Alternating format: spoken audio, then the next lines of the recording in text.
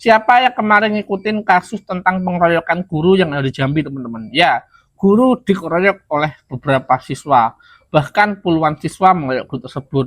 Ini sebenarnya banyak netizen yang pro kontra, yang ada yang membela muridnya, ada yang membela gurunya, kata gurunya muridnya itu selengean, kata muridnya gurunya itu arogan, bilang menghina miskin, kata gurunya itu hanya bercanda dan lain-lain.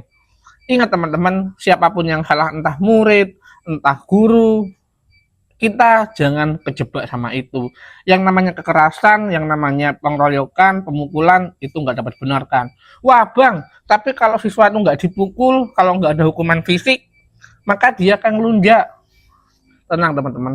Karena gini, pada dasarnya saat kita muda, saat kita sekolah dengan saat ini, sistem nilai, sistem norma, budayanya juga sudah beda. Harus sih pendidikan juga bergerak ke arah yang lebih baik.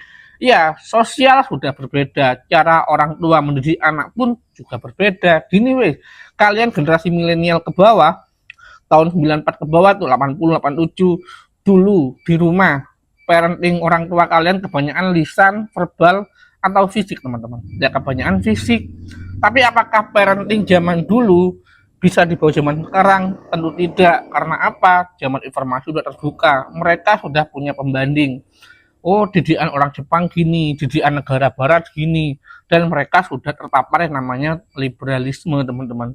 Jadi, kalau sistem didikan otoriter dengan fisik, itu kurang masuk ya.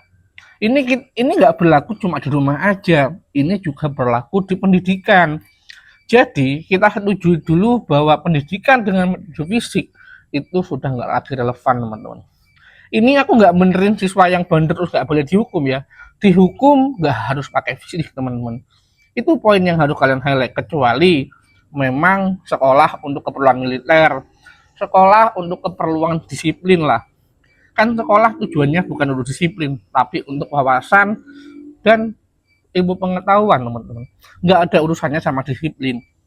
Ya kalau mau disiplin, masuk militer. Kan gitu ya.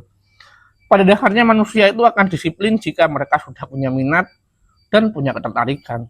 Jadi kalau kita ngomongin pemukulan siswa, pemukulan guru, siapa yang salah? Menurutku adalah sistem pendidikan Indonesia. Karena status sosial sudah berubah, karena normanya sudah bergeser, harusnya pendidikan mendefinisikan ulang dan menata ulang cara main mereka. Gimana menurut kalian? Komen dan bye-bye.